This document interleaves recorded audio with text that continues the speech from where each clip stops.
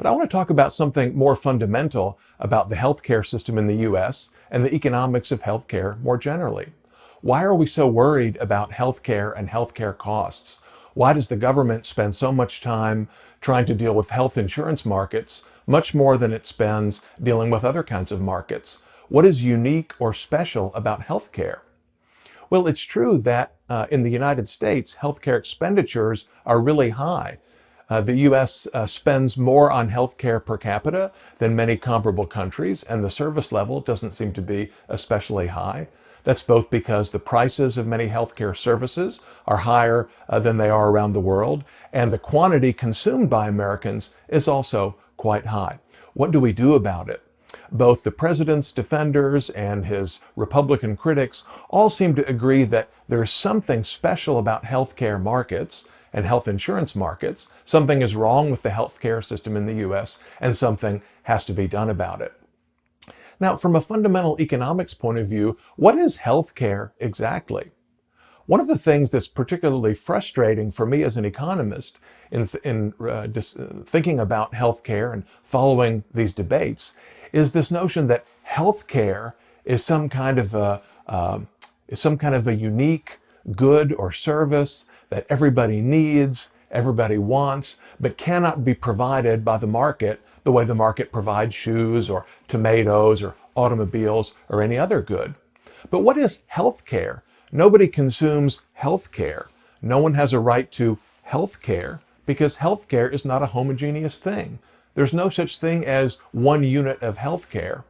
Rather, what we mean by healthcare and insurance for healthcare is a discrete set of specific commodities, goods and services that you can buy in different combinations at different levels, of different quality levels. So open heart surgery is a service you can purchase on the market that contributes to your health, but so is taking an aspirin, so are diet and nutrition. Taking a walk in the woods is good for your health. In other words, there's no such thing as healthcare. There is a heterogeneous bundle of different goods and services that different individuals will want to consume at different levels. Likewise, if we say everyone has a right to housing, what does that mean exactly? It doesn't mean everybody gets a mansion in Beverly Hills or a penthouse on Fifth Avenue. No, there are lots of different kinds of housing. There's long-term, there's short-term, there's regular housing, there's vacation housing. Some people own homes and condos, other people rent, students live in dormitories, people stay in hotels, that's a kind of housing.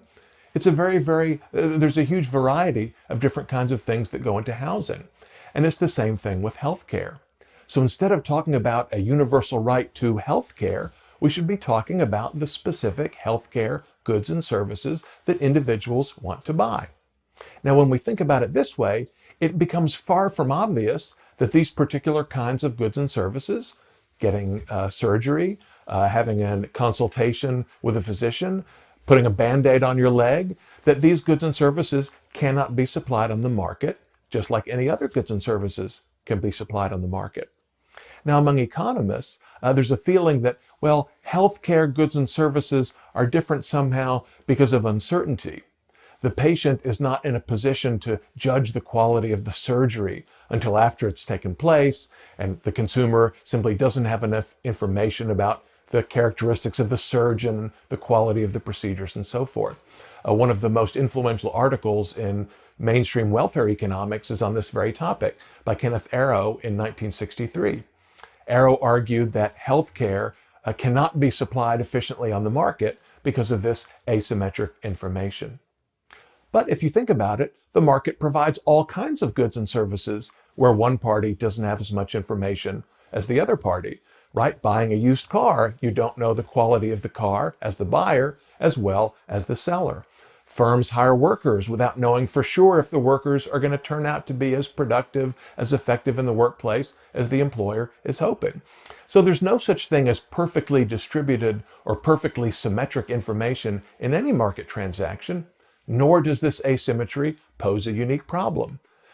Competition among providers, third-party intermediaries such as ratings agencies and magazines and encyclopedias, warranties and guarantees and other kinds of contracts all help to protect people when they're engaged in transactions in which they don't know as much about what's being sold as the other party. So there's nothing really unique about a surgical procedure or a type of medicine or a therapeutic routine in this regard. It's just an ordinary market transaction like other ordinary market transactions.